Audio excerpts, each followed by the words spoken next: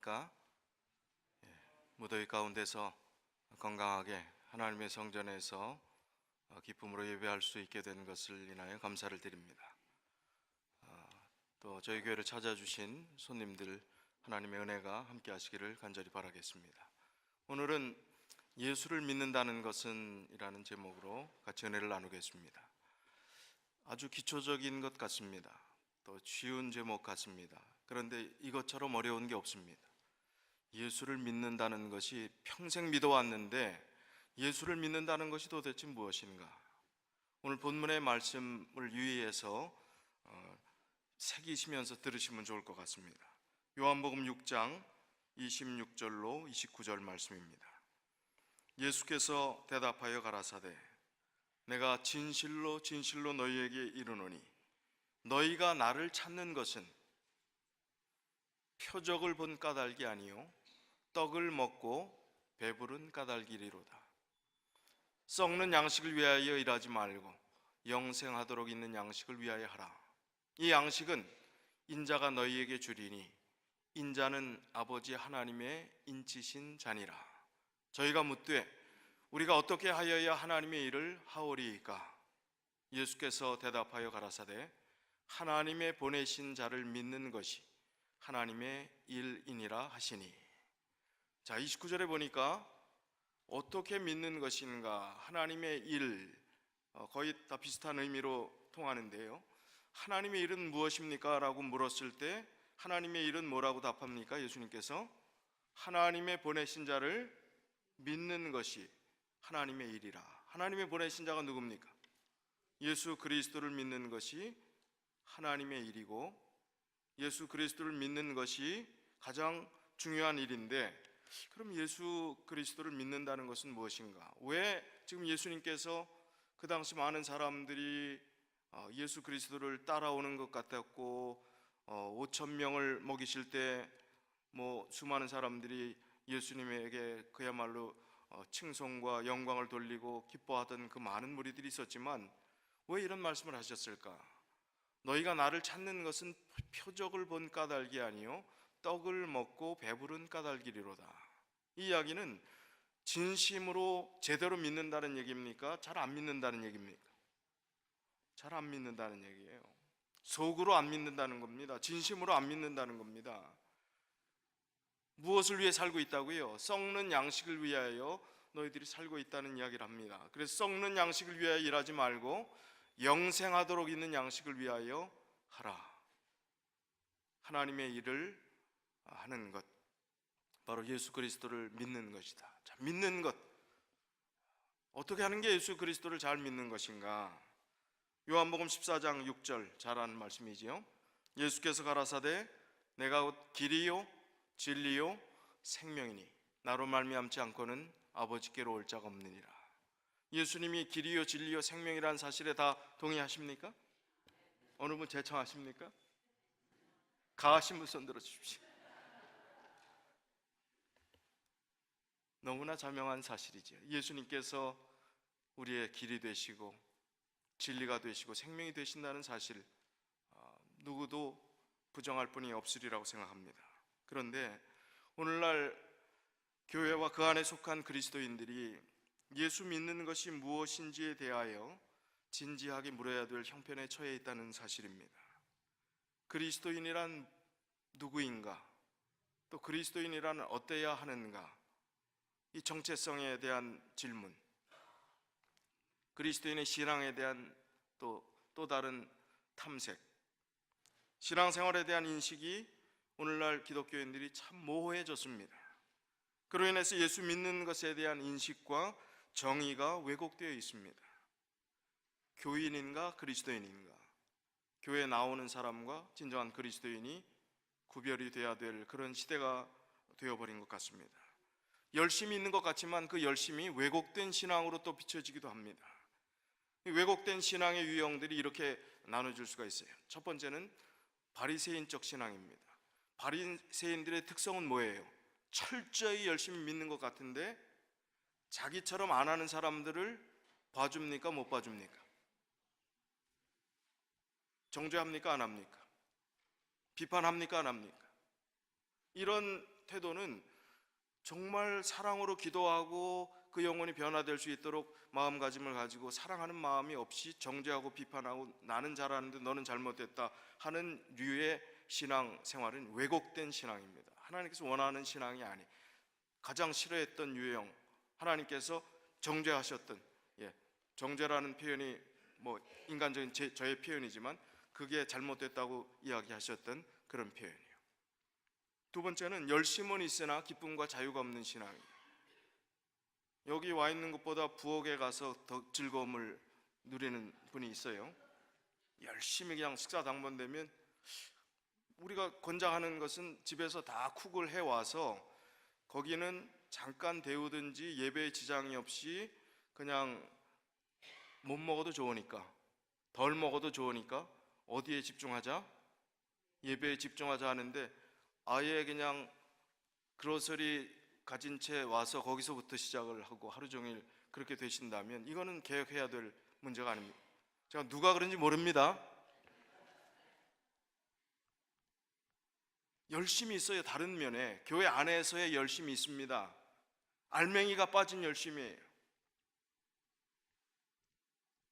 그러니 열심히 하는 것 같은데 그 열심에 딴 사람이 뒷받침해 주지 않고 딴 사람이 협력하지 않으면 그 기쁨과 자유가 사라집니다. 짜증이 납니다. 나는 이렇게 하는데 왜 돕지 않느냐, 왜 나만 수고해야 되느냐 하는 이야기들이 나오는 것입니다.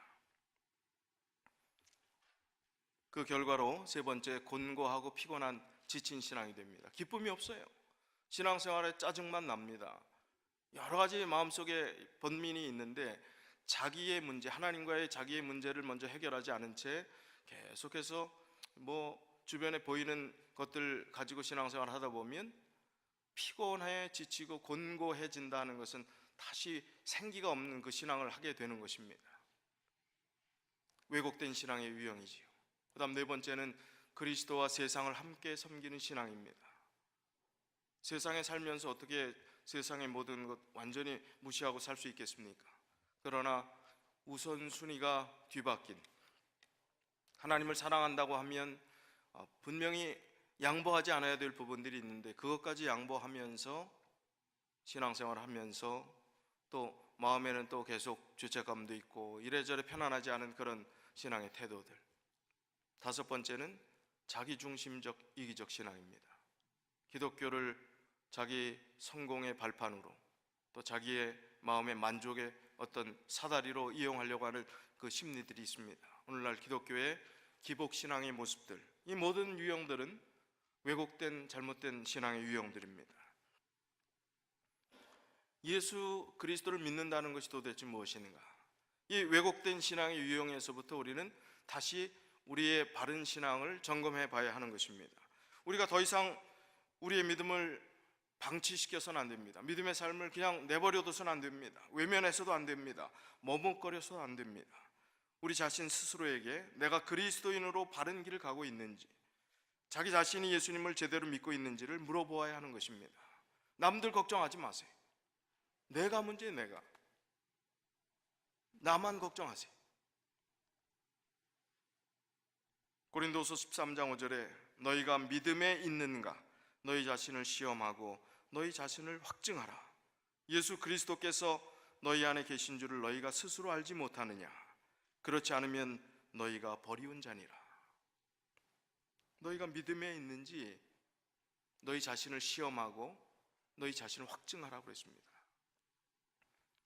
그리스도가 너희 안에 계신 줄을 알지 못한다면 너희는 버리운 자다.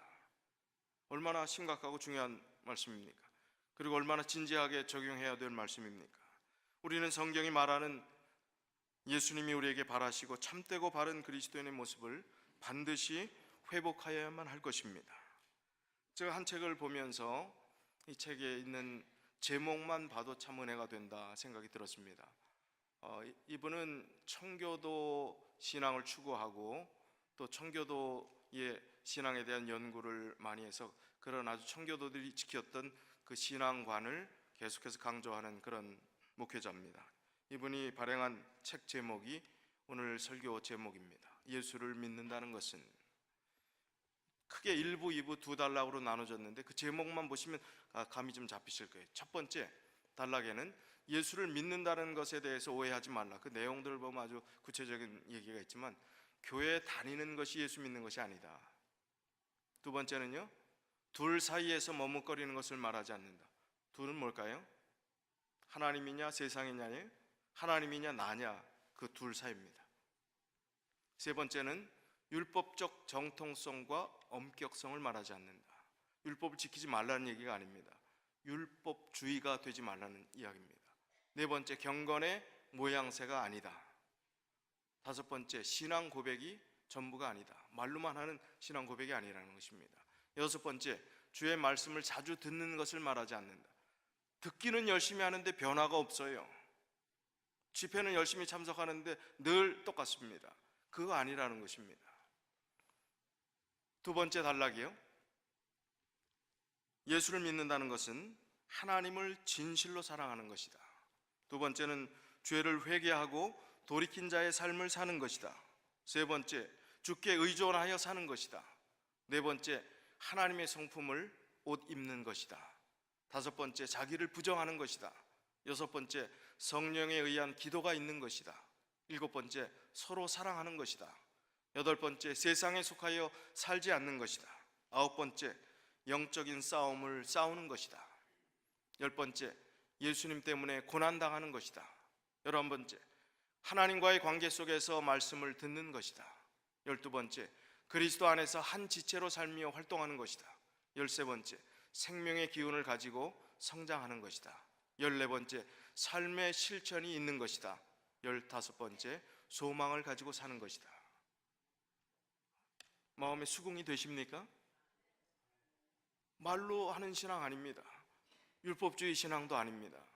정말 말씀을 사랑하고 예수 그리스도의 사랑이 우리 마음속에 감동이 되어서 우리의 삶 자체가 예수님이 기뻐하시는 삶을 살아가는 것, 그것이 예수를 믿는 바른 모습이 되는 것입니다. 우리 교회가 꽤 참 보수적이고 또 어떤 면에서는 잘 믿으려고 했던 그런 전통으로 인해서 경건의 모양이 많이 갖춰져 있던 교회였던 것 같습니다.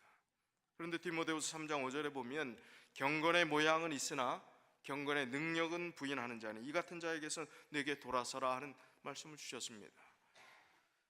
시비하지 않아야 될 것 가지고 시비하고 복음의 핵심이 아닌 것 가지고 시간 낭비하고 그럴 필요가 없다는 것입니다. 예수 그리스도를 믿는 복음, 영혼을 사랑하고 그 영혼을 구원하고자 하는 그 예수 그리스도의 잃은 양 한 마리에 관심을 갖는 그 정신을 가지고 또 주님께서 영혼을 구원하는 일을 우선 두시고 율법을 우선 두시지 않았던 그런 정신을 잘 생각하는 것, 그리고 실천하는 것, 경건의 모양보다는 경건의 능력이 있는 것, 그 신앙이 주님께서 원하시는 신앙이라는 것입니다. 과거에 우리가 전했던, 외쳤던 그 기별들이 오늘날 개신교회에서 전해져 오고 있습니다. 옛날하고 많이 달라졌습니다. 성서적이고 바른 믿음과 바른 신앙을 추구하는 교회들이 많아졌어요. 한국의 강남에서 아마 제일 큰 교회일지 모르겠어요. 여의도 순복음교회를 빼고요, 사랑의 교회라고, 그 교회는 제자 훈련으로 아주 유명한 교회입니다. 그 교회를 개척해서 성장시킨 그 목사님은 옥하는 목사님이라는 분입니다. 이분이 돌아가셨어요. 벌써 몇 년 지났네요. 이분이 그 자기 교인들을 정말로 사랑하고 그 교인들이 바른 믿음에 서야 된다고 이야기하면서 설교했던 한 부분, 그 부분을 발췌해 갖고 영상으로 올려놓은 것을 제가 보면서 이거 우리가 이야기했던 것과 똑같은 얘기인데, 우리가 강조했던 부분들인데 지금 다른 교회는 지금 이렇게 강조하고 있는데 우리 교회는 이걸 강조하고 있나, 이런 부분들을 정말 바르게 믿으라고 교인들에게 호소하고 있는가, 그런 생각이 들었습니다. 한번 들어보시겠습니다.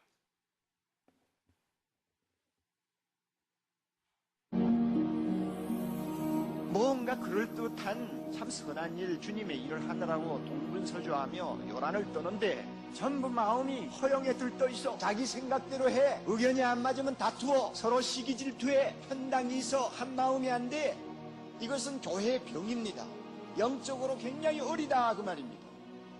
이미 내 손에 들어온 구원, 이것을 지키는 것은 쉬운 일이 아닙니다. 믿는다고 무조건 구원받은 줄로 착각하고 복종하지 아니하면서 되는 대로 사는 사람, 안심할 수 있느냐? 안심할 수 없어요.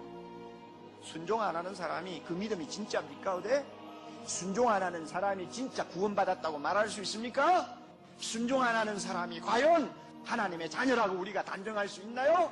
못한다 그 말입니다. 하나님 사랑한다 사랑한다 하면서 행함 없는 믿음은 죽은 것이니라. 우리가 하나님의 말씀에 복종하고 주님의 명령에 순종하는 삶이 얼마나 중요한가? 믿음만큼 중요하다 그 말입니다. 예수 그리스도께서 죽기까지 복종하셨으니 너희도 복종하라 하는 것입니다. 이제는 누구 차례입니까?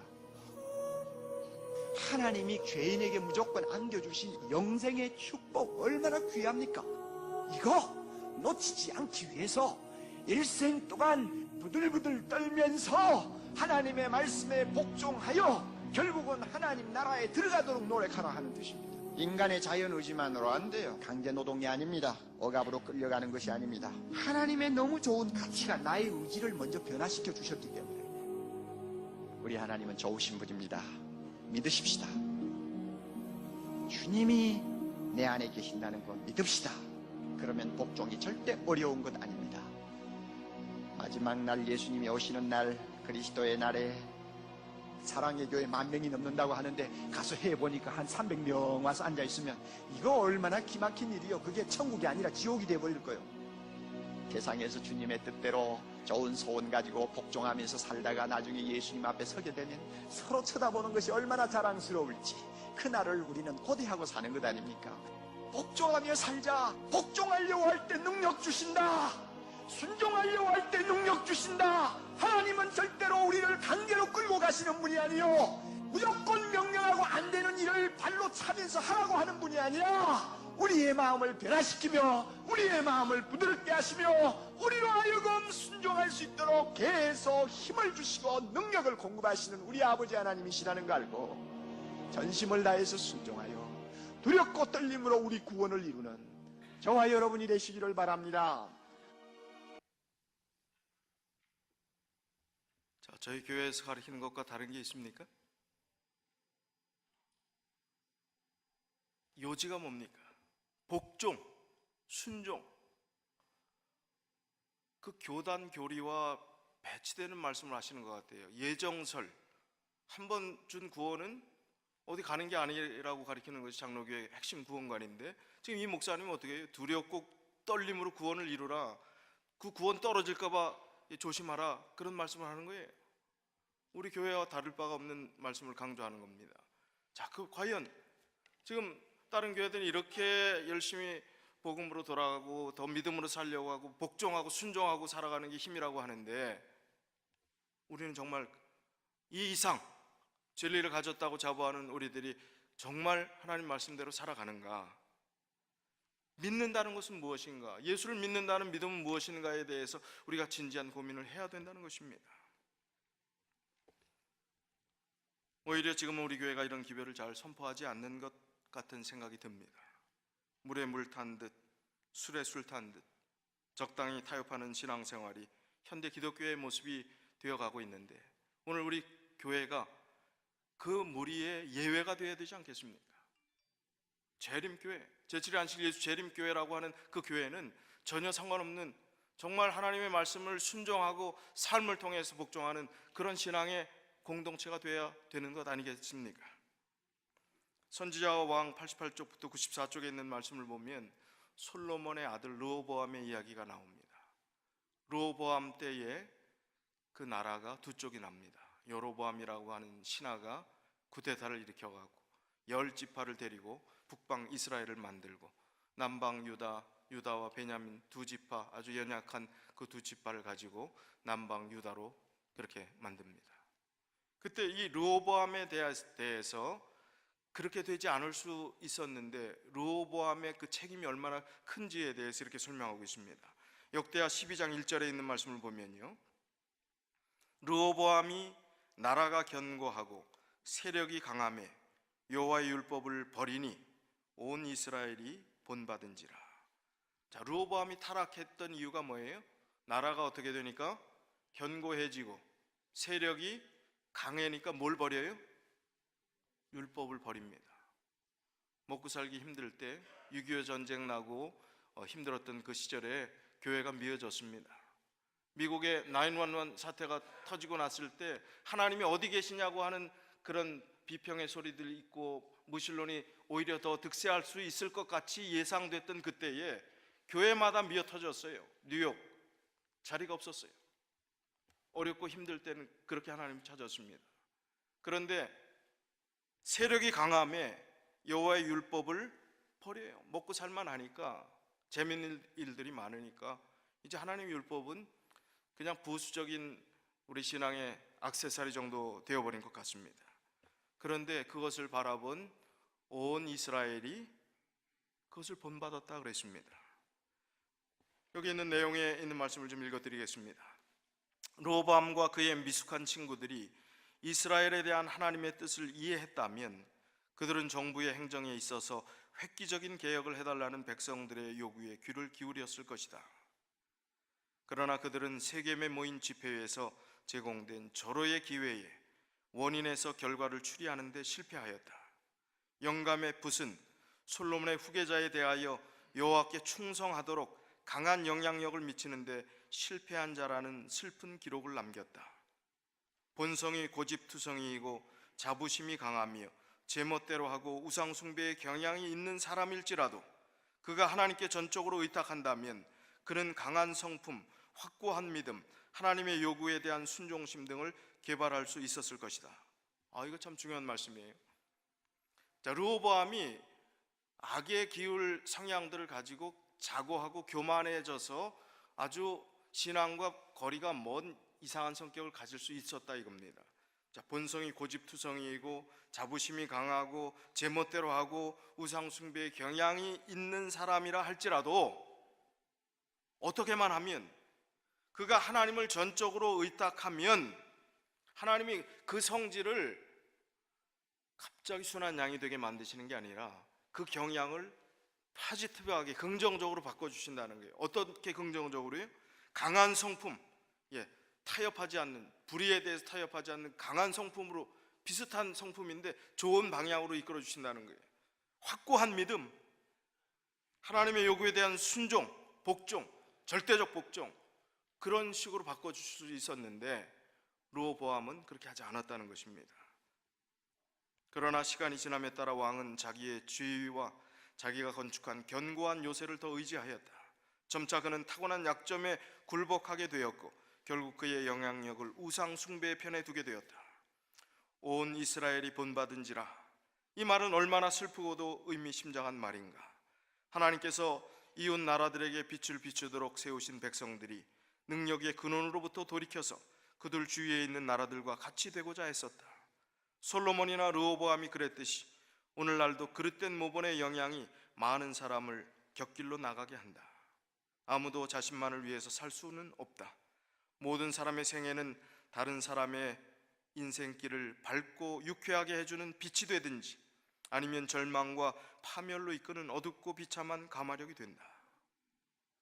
오늘 우리는 그리스도라는 이름을 가지고 그리스도로 옷 입고 살아가는 사람들입니다. 오레곤 중앙교회 아무개 집사, 아무개 이름이 붙으면 여러분 개인의 삶이 아니에요. 누구의 삶이에요? 제7일 안식일 예수 재림교회 성도의 삶이 대표되는 삶이 될 수 있는 것입니다. 그리스도인이라는 그 이름에 여러분이 책임져야 될 그런 삶의 모습을 가져야 된다는 것입니다.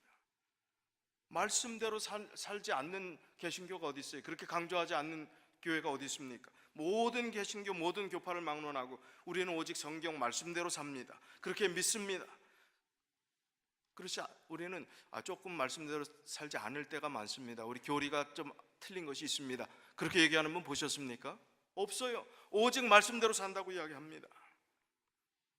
나는 제7일 안식일 예수 재림교회 이 신앙 안에서 이 말씀대로 믿고 말씀대로 따르고 정말 이 공동체 안에 바른 신앙을 살고 있는지를 우리가 생각해 봐야 합니다.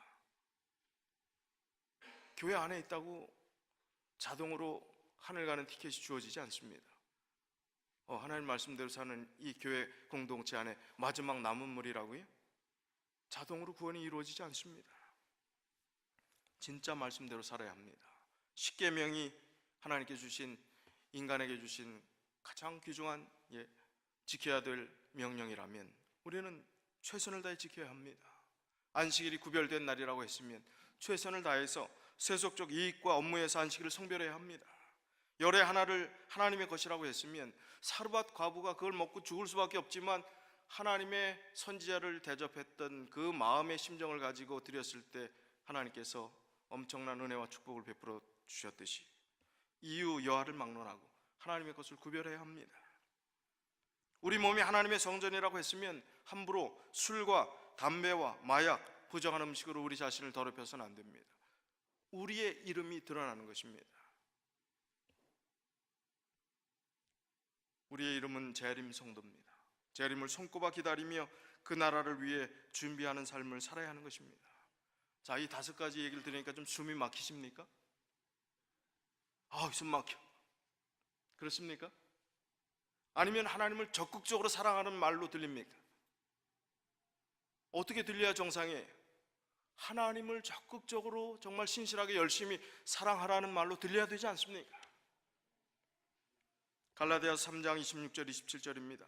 너희가 다 믿음으로 말미암아 그리스도 예수 안에서 하나님의 아들이 되었으니 무엇으로 말미암아요? 믿음으로 말미암아 하나님의 아들이 되었어요. 믿었기 때문에. 그러나 믿지 않기 때문에, 예수를 믿는다는 것은 주제, 믿지 않기 때문에 하나님의 아들인지를 착각하는 것입니다. 믿는다면 그런 행동을 할 수 없는데 믿지 않기 때문에 그런 행동들이 나오는 거예요. 누구든지 그리스도와 합하여 침례를 받은 자는 그리스도로 옷 입었느니라. 그리스도로 옷 입은 사람은 그리스도인답게 사는 것입니다. 저는 한국에 좋은 친구들이 많은데 의정부라는 경기도의 위성도시죠. 그곳에 아주 어렵고 눈물겹게 교회 건축을 한 친구 목사가 이제 입당 예배를 안내하면서 자기의 소회를, 자기의 마음의 어떤 소감을 페이스북에 올렸습니다. 그리고 저하고 수시로 연락을 나누고, 제가 한국에 가면 가장 따뜻한 사랑을 베푸는 친구입니다. 이 교회가 참 멋있지요? 조감도가 아닙니다. 실제 사진입니다. 엘리베이터도 있고 뭐 대단하더라고요. 가봤더니 이제 완공이 됐습니다. 정말 헌신적으로 이 교회를 위해서 수고했던 제 친구 목사의 그 글을 좀 읽어드리려고 합니다. 하나님의 은혜와 축복으로 건축을 마치고 입당 예배를 드리게 되었습니다. 용현 교회 건축을 위하여 기도해 주신 모든 분들께도 감사를 드립니다. 정신없이 지나간 2년 반이었습니다. 용현 교회 부임 한 달 후 시작된 교회 건축, 건축위원회 구성, 건축 결의, 건축 부응의 설계, 인허가, 시공, 준공 등 어려울 때마다 하나님께서 길을 열어주셨습니다. 마음도 아프고 힘도 들었습니다. 무더위와 싸워야 했고 손발이 얼어가며 현장을 지켰습니다. 정신을 잃기도 하였지만 하나님께서 깨워주셨습니다. 모두가 퇴근한 어수선한 현장에서 홀로 기도하며 하나님의 도우심을 간구하였습니다. 아낌없이 드리는 사람도 받고 많지 않은 것 움켜쥐는 사람도 받습니다. 여전히 부족하지만 그래도 하나님께서는 당신의 일을 하셨습니다. 어려울 때 하나님께서 항상 해결하셨습니다. 당신의 집이기 때문입니다. 주께서 모두를 고용하셔서 건축한 주님의 집입니다. 그 위대한 주인이신 하나님께서 부족한 나를 고용해 주신 것을 인해 감사드립니다. 나는 도구임을 잊지 않게 하신 하나님께 감사와 찬양과 영광을 드립니다. 이 집은 만민이 기도하는 집이 될 것입니다. 오직 주께 영광. 참 은혜롭습니다. 한국에 건축을 한다는 것은요, 얼마나 어려운 일인지 몰라요. 얼마나 올랐는지. 땅 한 200평 정도 되는 땅인데 26억의 땅값만. 26억이면 얼마입니까? 미국 돈으로. 예? 260만 불이에요? 건축비만 20억 들었습니다. 다행히 그 땅을 오래전에 오르기 전에 2억 주고 사놨기 때문에 13배 오른 그것을 세이브할 수 있었어요. 근데 20억도 쉬운 얘기입니까? 상가교회에 있던 교인들이에요. 상가교회가 뭔지 아세요? 그 빌딩 한 층 가지고 예배드리는 교인들입니다. 얼마나 헌신했겠어요? 얼마나 피눈물 나는 고통이 있었겠습니까? 부자들 많다고요? 부자는 어디서 찾아야지요? 서울 강남에서 찾아야지요. 부자들 별로 없습니다. 어렵고 힘들게 살아가는 그분들이 헌신해서 어마어마한 일을 했어요. 하나님이 하신 거죠. 하나님이 사람을 감동시키고 하나님을 사랑하는 마음이 있을 때 놀라운 역사가 이루어지는 것입니다. 쓰러졌어요. 이 친구가. 연락했더니 병원에 있다는 거예요. 아니 왜 병원에 있냐고. 건강했던 사람이 나도 모르게 쓰러졌대요. 이런 목사를 좀 한번 초청해서 설교 듣고 싶지 않으십니까? 9월 달에 미국 오는데 저희 한번 부를까요? 하나님이 원하시는 것이 무엇입니까? 순종입니다. 순종. 사무엘상 15장 22절에 사무엘이 가로되 여호와께서 번제와 다른 제사를 그 목소리 순종하는 것을 좋아하심같이 좋아하시겠나이까. 순종이 제사보다 낫고 듣는 것이 수양의 기름보다 나으니. 순종이 제사보다 낫다는 것입니다. 말씀을 듣는 것이 수양의 기름보다 낫다는 것입니다. 신명기 30장 9절이요 내가 내 하나님 여호와의 말씀을 순종하여 이 율법책에 기록된 그 명령과 규례를 지키고 내 마음을 다하며 성품을 다하여 여호와 내 하나님께 돌아오면 내 하나님 여호와께서 내 손으로 하는 모든 일과 내 몸의 소생과 내 육축의 새끼와 내 토지 소산을 많게 하시고 내게 복을 주시되 곧 여호와께서 내 열조를 기뻐하신 것과 같이 너를 다시 기뻐하사 내게 복을 주시리라. 구약의 축복의 말씀들이 선포될 때 항상 그 전에 이야기들은 왜 잘라 먹어요. 근데 항상 꼭 거의 들어있는 이야기는 내가 내 하나님 말씀에 순종하면, 하나님 말씀을 청종하면, 하나님 말씀에 귀 기울이면, 하나님 말씀을 들으면 그 단서들이 있습니까? 없습니까? 있어요. 근데 뭐만 받으려고 그래요? 거기서 주는 그 축복만 받으려고 하고, 축복에 대한 휘호들은 얼마나들 가게마다 걸어놨는지. 처음은 미약하였으나 나중은 창대케 되리라. 그 앞에 말씀 좀 제발 좀 읽어봤으면 좋겠어요.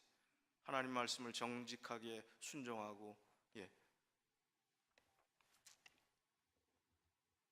히브리서 5장 8절 9절입니다. 그가 아들이시라도 받으신 고난으로 순종함을 배워서 온전하게 되었은즉 자기를 순종하는 모든 자에게 영원한 구원의 근원이 되시고. 자, 예수님은 하나님 자신인 분이시고 하나님 성자 하나님이신 그분이 아들의 모양으로 이 땅에 오셔서 아들이실지라도 어떻게 하셨어요? 그 고난을 달게 받으셨다는 것입니다. 신의 능력으로요? 천만에요. 인간의 고통과 아픔을 그대로 느끼는 인성을 쓴 인자로서, 사람의 아들로서 그 고통을 다 감내하신 것입니다. 고난으로 순종함을 배워서 온전하게 되었은즉. 예수님은 이 말 할 자격이 있다 이겁니다. 그냥 신성으로 뚝딱 해버리고 너희들 이렇게 해라 이렇게 해라, 천만에요. 그럼 아이고 신성으로 다 하시고 신의 능력으로 다 하셨는데 우리는 어떻게 비교할 수 없지. 그러나 예수님 인성으로 그 일들을 다 감당하셨습니다. 그리고 우리의 아픔도 아십니다. 우리의 마음도 압니다. 우리의 고달픈 삶의 그 모든 아주 세부적인 구석구석 마음의 상태까지 다 아시는 그분께서 말씀하시는 것입니다. 고난으로 순종함을 배워서 온전하게 되었은즉 자기를 순종하는 모든 자에게 영원한 구원의 근원이 되시고. 예수 그리스도. 그래서 그분은 생명이 되시는 분, 길이 되시는 분, 진리가 되실 수 있는 분이 분명한 것입니다. 히브리서 11장 8절이요 믿음으로 아브라함은 부르심을 받았을 때에 순종하여 장래 기업으로 받을 땅에 나아갈새 갈 바를 알지 못하고 나갔으며. 아브라함이 부름을 받았을 때에 갈 바를 알지 못하고 나갔는데 그 마음에 그 명령에 따를 수 있었던 한 가지는 나는 하나님을 믿는다 그의 마음속에 결정한 그 이후에 그의 삶의 중심은 순종이에요. 오로지 순종입니다. 하나님 명령하셨으면 순종하겠다. 이유가 없습니다. 아들을 갖다 바치라니요. 100세에 준 그 아들을요. 내가 노망이 들었나? 내가 헛거 들은 거 아닌가? 다른 여러 이유를 댈 수 있었을지 모르겠습니다. 그러나 하나님의 분명한 명령이니까 말도 안 되는 것 같은 명령이지만 순종하였습니다. 순종. 그 순종의 결과가 믿음의 조상이 되었던 것이지요. 히브리서 11장 31절에 보면 기생 라합, 여리고 성 기생 라합의 이야기가 나옵니다. 이 기생 라합은 정탐꾼을 평안히 영접하였으므로 순종치 아니한 자와 함께 멸망치 아니하였도다. 자, 이 말씀은 기생 라합이 잘했다 하는 이야기, 그 교훈도 될 수 있지만 지금 밑줄 친 그 교훈에 우리가 방점을 좀 찍으면 좋을 것 같습니다. 순종치 아니하는 자와 함께 멸망치 않았다. 순종치 않으면 어떻게 된다는 것입니까? 멸망한다는 것입니다. 때로는 혹시 이런 생각하는지 모르겠어요. 내가 하늘나라 가려고 믿나? 난 어림도 없어. 어떻게 갈수록 더 어려워져. 그냥 이렇게 살다가 가면 땡큐고 못 가도 그 안에 사는 거 그건 나쁘지 않은 일이니까 이렇게 살아가고. 기가 막히는 얘기 아닙니까? 어떻게 믿고 여기까지 왔는데 어떻게 그런 태도와 그런 신앙으로 살아가겠습니까? 아까 그 오카는 목사님 절교하잖아요. 그 구원, 하나님께서 베푸신 그 구원을 어떻게 해요? 부들부들 떠는 마음으로 어떻게 하라고요? 꼭 붙잡으라고요. 비교할 수 없는 것이기 때문에, 영적이지 않으니까, 믿음에 대한 관심이 없으니까 그게 얼마나 소중한 것이고 영생이라는 것이 얼마나 기가 막히는 것이라는 사실을 우리가 너무 모르기 때문에, 예수 믿는다는 것의 그 기초를 우리가 너무나 모르기 때문에, 하나님의 일이, 하나님이 그것을 위해서 우리를 구원하시기 위해서 온 것이고 예수 그리스도를 믿는 것이 하나님의 일이라고 했는데 그 사실을 우리가 깨닫지 못하고 있는 것입니다. 지금부터 싹 바꾸십시오. 싹 바꾸세요. 그런 생각 일랑 하지를 말고 정말 구원 받으려고 막 부들부들 떨면서 하라 하는 그 개념을 긍정적으로 이해를 하시면 좋겠어요. 진지하게 내가 다시 생각해야 되겠다. 순종이라는 것이 무엇인지, 믿음이라는 것이 무엇인지, 하나님과의 나 사이의 그 바른 관계가, 믿음의 관계가 무엇이 돼야 되는 건지 다시 시작해야 되겠다. 예수께서 가라사대 내가 곧 길이요 진리요 생명이니 나로 말미암지 않고는 아버지께로 올 자가 없느니라. 이 말씀이 우리 가슴 속에 정말 깊이 뿌리를 박게 되어서 참된 순종, 하나님의 일이 무엇인지, 예수를 믿는다는 것이 무엇인지 깨닫고 이해하여 하나님이 기뻐하시는 귀한 삶을 살게 되시기를 간절히 바라면서 말씀을 줄이겠습니다.